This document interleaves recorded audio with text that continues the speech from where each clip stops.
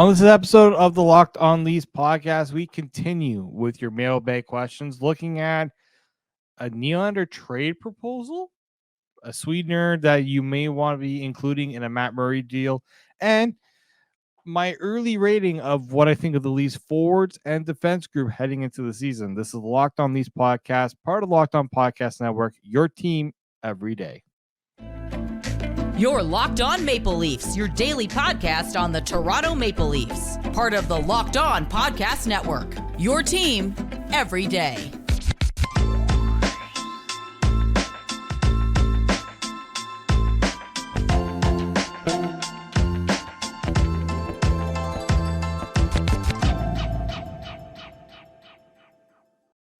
Hello, and welcome to the Locked On Leafs podcast, your daily fix for all things Leafs. I'm your host, David Morassutti from Sportsnet. Mike DeStefano, we know he is going to be on hiatus for the next few weeks, so I won't be saying this every episode because we're going to be saying it for the next few weeks, but you will be having me solo for today. And just remember, everyone, that Locked On Leafs podcast is a daily Maple Leafs centric podcast, so make sure you subscribe for free wherever you get your podcast from, and you can subscribe to us on YouTube, Locked On Leafs. Make sure you hit those notifications so you can get every episode when they come out each and every day, because it is your team every day. So if you went back to the last episode, we know that we ended the show going through some mailbags. I quickly went through a few of them to get us started. We're going to continue them today. And I left some of the spicier ones for this episode because we had a little more time. We had to go through some news on the last podcast. I want to leave a little more extra time to go through some of the ones that are going to take a little bit longer for me to dive into. Now, as I said in the last episode, you can still get I'm going to continue the mailbag a little bit longer this week because we don't really have a lot of news, and I want to make sure that if you have questions or topics you want me to discuss, I will do that for you. I will also be working on getting a few guests. I might bring back someone that I've had a few times here on the show. And I'm in talks with some other people to come on the show, just trying to make it work. You know, they're on vacation. This is when people take their time off because there's no news happening. So trying to make the timing work, obviously, with Mike not here. And I do like to bring on guests, like to do the shows with someone. Writing solo can get tough, but we're here to make it work. And to make it work, let's go through some of the mailbags. We got a few more here to discuss. So let's go with, I'm not going to do the Nylander trade proposal right away. Let's get into the Matt Murray one. This one was from Remax 2247. What sort of sweetener would it take to move Murray? Do you feel comfortable with the Samsonov? And that he put in, actually, I could probably edit that. He meant a Woll tandem. If not, what goalie tending options via trade or other means catch your eye? So there's a lot to untangle there. Assuming that Matt Murray is being traded, which I am 95% sure it's going to happen. The 5% is just whether or not a team is they're not able to get a deal that makes sense done. But a sweetener to have to be included, because here's the thing: the Leafs, we know they didn't have their first round pick. They had their first round pick, but it wasn't theirs. It was the Boston Bruins. They decided to hold on to that pick because they only had 3 picks in the draft. And the other thing to consider here, too, is when you're looking at trading picks, the Leafs don't have a first-round pick. They have a first-round pick in 2024.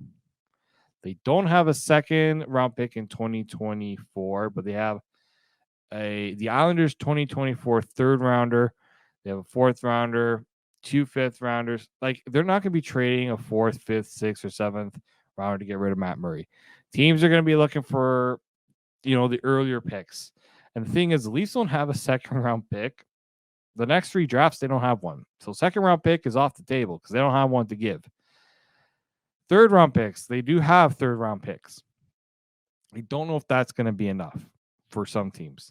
The Leafs have a 2024 first-rounder, and they have a 2026 first-rounder.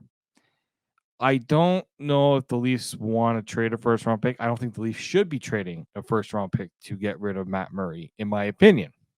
Then you can get it done without doing that. So when you look at sweeteners, if you're going to include a draft pick, it might be a later pick. We heard the idea of attaching Nick Robertson to a deal, which I would really hate the idea of trading away a player that could be an NHL player for you next year, or, give you some NHL games to get rid of Matt Murray. But you also don't want to be putting yourself in a bad cap situation just because of the Matt Murray situation. You may not want to move off from Nick Robertson. So because I think that could be an option there. I just the idea of trading a first round pick just doesn't sit well for me unless you're getting a pick back in return or something back in return that you can use. That's where I'm kind of at with it. I think if you're going to do that, you're going to do it where maybe you include Nick Robertson so you don't have to include that first round pick. And Nick Robertson has had his ups and downs with the organization, mainly because of health. So, am I comfortable with the Samsonov Woll tandem?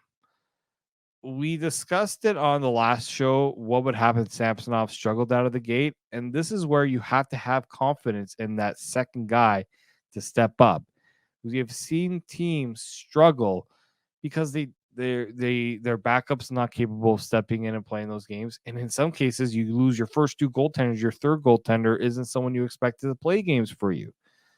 So I feel like the Leafs have to be comfortable with the Woll tandem pairing, and they got to be even comfortable with the guy who's third on the list that you're going to call up to play NHL games for.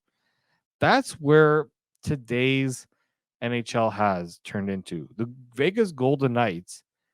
Do you know how many goaltenders the Vegas Golden Knights had last year?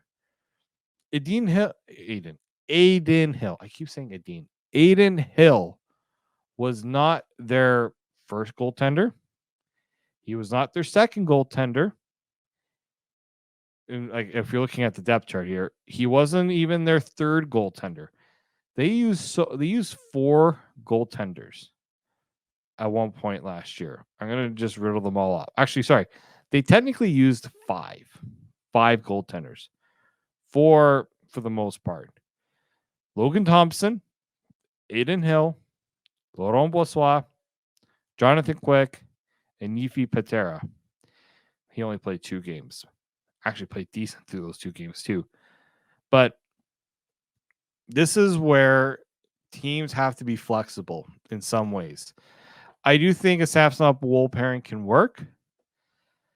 I do think that, you have to have an idea of who your third guy is. And if you can find someone out there that would, I don't know who is remaining in free agency. Like if there's a guy you can sign to a deal where he can, be buried or you put him on waivers, that's an option. Sign someone to a PTO. The Leafs have done that a few times, and I feel like that's something teams would be willing. There's going to be guys who are looking to get it themselves into camp with a PTO. I don't know how many of them are out there or how many of them are potentially looking for new deals. So that's something to look at, to consider there. How many guys could you get a guy potentially on a PTO? Do you have someone in your system maybe that you can rely on? The Leafs have quite a few goalies in the system. Maybe 1 or 2 could be an option for you as your third goaltender. That's going to be, to me, Woll Samsonov seems almost secure. It's that third guy I'm very curious about. We'll see how that all works out there. And it's an very, very interesting discussion when it comes to the Leafs goaltending, because that's a position that has seen a lot of change the last few years. And you kind of hope that eventually something will stick and something will give you enough to win a cup. We'll see if that's Samsonov Woll tandem could be enough. And when we come back, we're going to discuss the Nylander trade proposal that I got. Very interesting one, something I didn't really think about when looking at a potential trade partner for William Nylander. So we'll do that on the other side. But before we do, let me tell you about today's show sponsor. And it's a very important one here at the Locked On Podcast Network. It's our good friends over at FanDuel. Take your first swing at betting MLB on FanDuel and get 10 times your first bet amount in bonus bets up to $200. That's right. Just bet $20 and you'll land $200 in bonus bets, win or lose. That's $200 you can spend betting everything from the money line to over under who you think hits the first home run. You can don't even have to do it on baseball, golf, basketball, football, NHL odds to start. There are so many things that you can use on those bonus bets credits. So make sure you go and do that on the FanDuel app. It's an app that's safe, secure, and super easy to use. Plus, When you win, you get paid instantly. There's no better place to bet on MLB than FanDuel, America's #1 sportsbook. So sign up today. Visit FanDuel.com/locked-on and get up to $200 in bonus bets. That's FanDuel.com/locked-on. FanDuel, official partner of MLB Baseball and the Locked On Podcast Network. Welcome back to the Locked On Leafs podcast. David Morassutti here. It is your team every day. And I did say we had a question about a potential Nylander trade proposal. Now, it's not something I thought about. I don't even think Mike and I even really discussed, potential, really a lot of trade partners. We hear a lot about the Carolina Hurricanes and, would a Brett Pesce for Nylander deal make sense?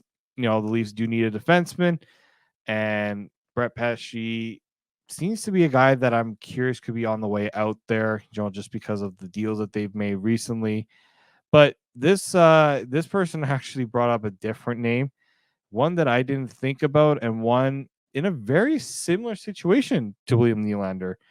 That is, actually, let me get the question first, and we can discuss the player. So this is from Caleb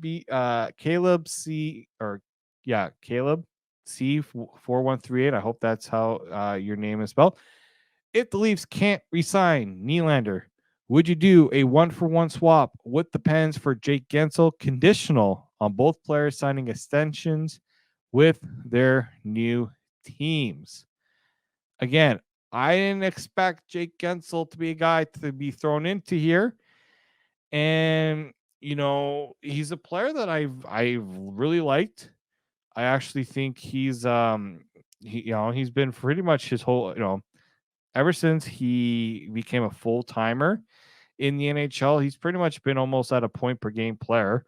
He really exploded. He has 2 40-goal seasons on his belt. He had 36 last year, usually hovering in that, 73 to 84. His career high was 84 points. That was back in 2021, 2022. So I do think there's some parallels here in terms of offensive production between Nylander and Guentzel. I think Nylander's a better playmaker. Potentially, he's got, he's in that regard. He's had, again, Nylander's had 280 plus 80 or more points to his name. He's had a couple of 61-point seasons. He's done it almost pretty much right off the start from his NHL career. Nylander's also a year younger. 2 years younger than Jake Guentzel. Jake Guentzel is 28. He is going to be 29 in October. William Nylander, as we know, he is 27. So that's age is something that you have to keep in mind here. Guentzel is coming off the final year of a 5-year deal where he made $6 million a year, which for his production, it's pretty good. Guentzel, what would he be looking for on his new contract? I actually think he would come in less than Nylander. I know he has 2 40-goal seasons to his belt, but health has been kind of questionable for him at times. He hasn't really played. He only has 2 full seasons under his belt. I know that the pandemic season, you have to consider those as well. So he's older. He is a left winger. The Leafs are a little heavy. I mean, you can move guys left and right. That's not too much of an issue. I think Guentzel's played both in Pittsburgh.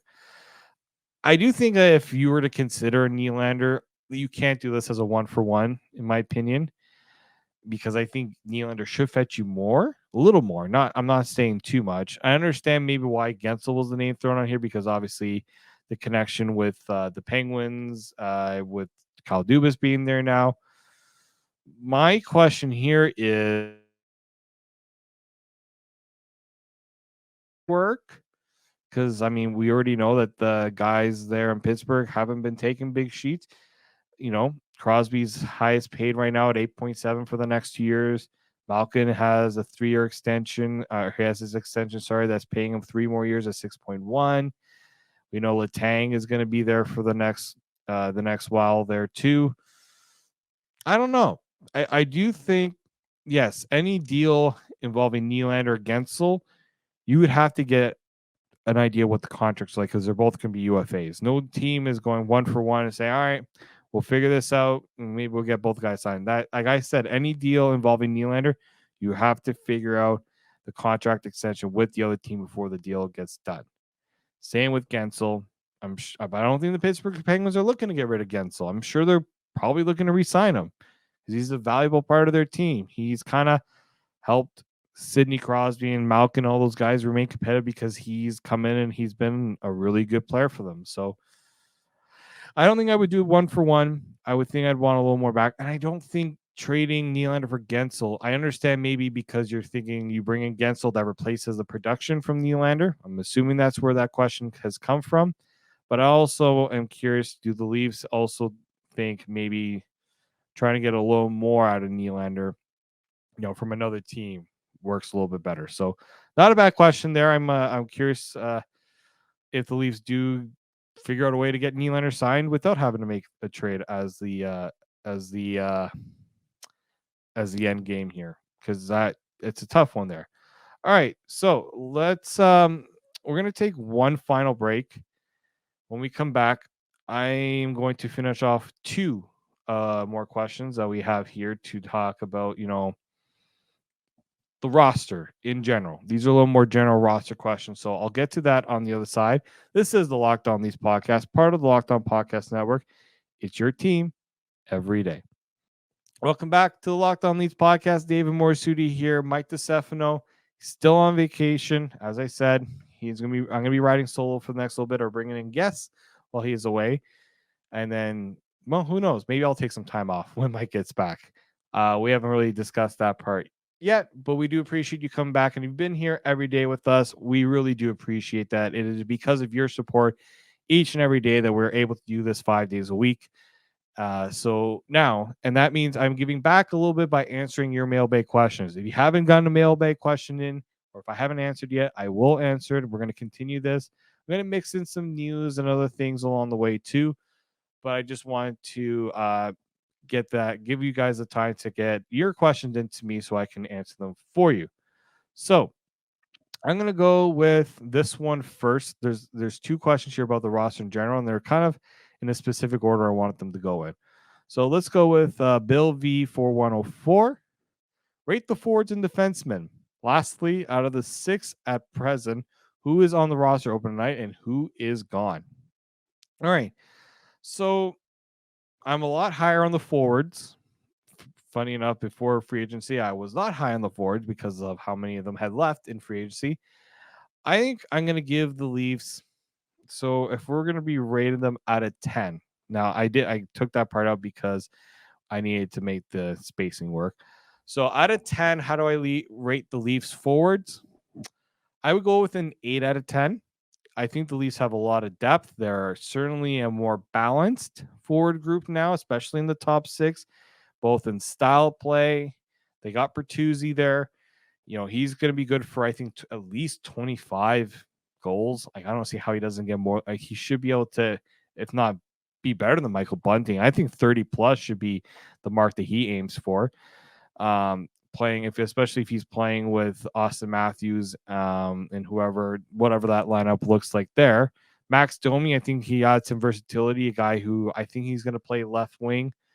He might dabble at center if they need to move things around a little bit or change things up. So I think I like that versatility with Max Domi there. Obviously, Ryan, I know Reeves, some might see that as a negative. He's not going to be playing all the time. And what I like here is I think the Leafs are going to go a little younger with some of the players. Like Matthew Nyes, we're going to see him play more. If Nick Robertson isn't traded, I could see him playing more.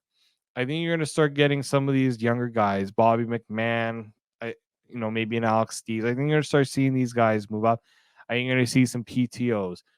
There might even still be a trade, and that might change things up a little bit more too. So it's a little tough right now to give a full grade, but I think right now as it stands, I think an 8 out of 10. It's not perfect. It's not terrible. I hope people don't think it's terrible because I do think I like the forwards a lot more. Like I can clearly see how the left side works a lot better than it was like Michael Bunting and who else in years past? Like Jarn Krog did admirably. Like it just the Leafs have certainly addressed areas I think that needed a little more solidifying. Yes, you lost some guys in O'Reilly, Achari.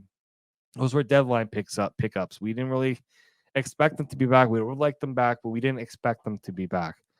Pontus Holmberg will be here. I think he could be a guy that can play quite a few games for the Leafs as well going into next year. The defense. This is a tough one. I think like Jake McCabe, a full season with him, having a guy, his partner to work with in training camp, getting more familiarity will be key for him. I still like him. He's kind of that Jake Muzzin replacement at a cheaper cost too.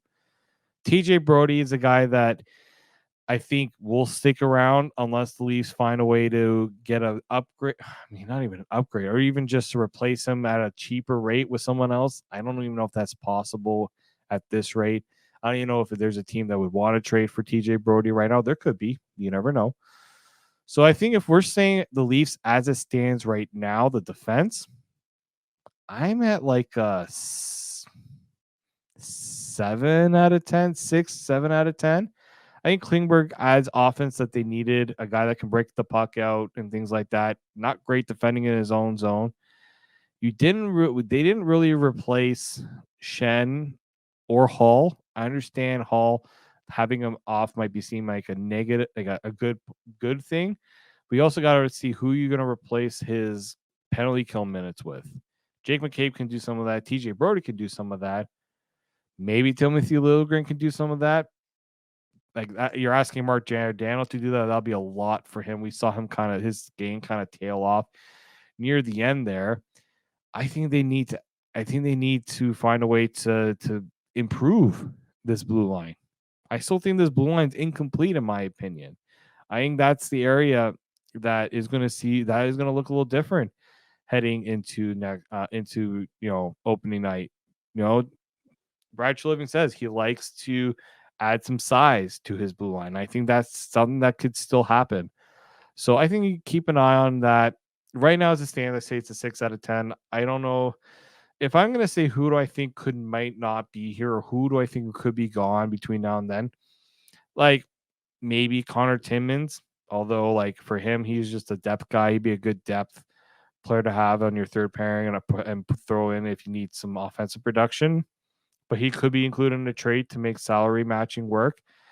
TJ Brody could be gone too. Like if I'm looking at defensemen who I think could be gone, it's TJ Brody and Connor Timmins would be the two for me. I don't see Mark Giordano being traded. I don't see Morgan Riley being traded because he has some trade protection there. Klingberg obviously just got here, and McCabe. I don't see those guys being moved. So it's either Brody and Timmins. Those are tough. Like I have to see what the deals look like to make those all work there. And this is why I actually did this question first, because the next question here from Corey Parrish 85, who do the Leafs need to round off the roster? A tough D-man, another point improving bottom six winger, or both? It'd be nice to add some depth offensively to the bottom six. I think that's been an area that the Leafs have struggled with in the past. I also think you also got to give some opportunity for the younger players and PTOs. So I don't think they're going to add anything to the forward group unless it's through a trade or PTO, as I stated, or maybe there's a guy that's kind of hanging around there. But for me, I think the blue line is where they're going to make the addition. I do think you're going to need to add a little more toughness. I think even a couple of guys at this rate. I heard some guys bring up like a Zadorov from Calgary because he might not be sticking around. There are some players I think still hanging around there that might be on the move. Brett Pesce's one I've brought up, and Mike, I think I brought it up with him as well. Could be on the move with Carolina. He still has, I think he's 1 year away on his deal. So, if Carolina was looking to add some scoring and the Leafs need to improve a little bit on their blue line, that's an area that they could look to do that with. So yeah, he's a UFA. He's coming off a final year, just over $4 million, $4.025 million cap hit. It's a really reasonable cap hit for a top four defenseman, one that I really liked for a bit. He does have a modified no trade clause, so he has to submit 15 teams he would be willing to be traded to. It's a very important detail there when it comes to any trade for Brad Pesce. So I do think 2 defensemen. I do think they need a couple of guys. And I do think adding a little bit of size, guys who can play on the penalty kill, guys who will block shots, play a little bit of edge. I think those are important. We just saw it in the playoffs. You needed it. I think the Leafs need to add a little bit of size to that blue line. You just saw what Vegas did. Those guys have size. The Leafs have their guys that can move the puck, that can do things offensively in Riley, in Klingberg. Liljegren can do that to a degree as well, and Timmins if you need it too. Now it's starting to look and add to your defensive ability, because on the penalty kill, if you're not able to kill penalties, especially in the playoffs, it can be a backbreaker. So I do think that's something the Leafs will look at. I think you might look at guys who are a little bit cheaper, but again, salaries have to make it work. So we'll see how that all plays out there. But I do think if I'm looking at areas that the Leafs need to improve, that's the one right there to round off the roster. That's why I gave them a harsh grading, a 6 out of 10 for their blue line, because I don't think it's complete. Right now, I tell Brad Living 6 out of 10, man. I think you need to do more. I think he would agree too. So we'll see how that all plays out there. Thank you guys, everybody who's obviously through these first 2 episodes here of the mailbag submitted questions. This has been a big help. It's easy for me to kind of have these questions, answer them for you, and it's a good talking point. If I get more questions, maybe I'll do that for the next episode. Otherwise, I'm going to be looking to bring on some guests to continue the conversation about the Leafs offseason, where things stand, where things are going. We could get some news here when it comes to, with Samsonov, obviously his deal, and just some other fun ideas maybe. Some people I had talked to lately had some questions for me about, bringing some ideas from other sports into hockey, because there's people I know who love watching other sports and aren't too thrilled about hockey, and they asked me some questions there. So those are things I'm going to be looking at over the next few days. But I want to thank you all for listening to the show and supporting the podcast. Make sure you subscribe wherever you get your podcast from. Make sure you subscribe on YouTube so you can continue to get that content. But until next time, keep locked right here on Locked On Leafs.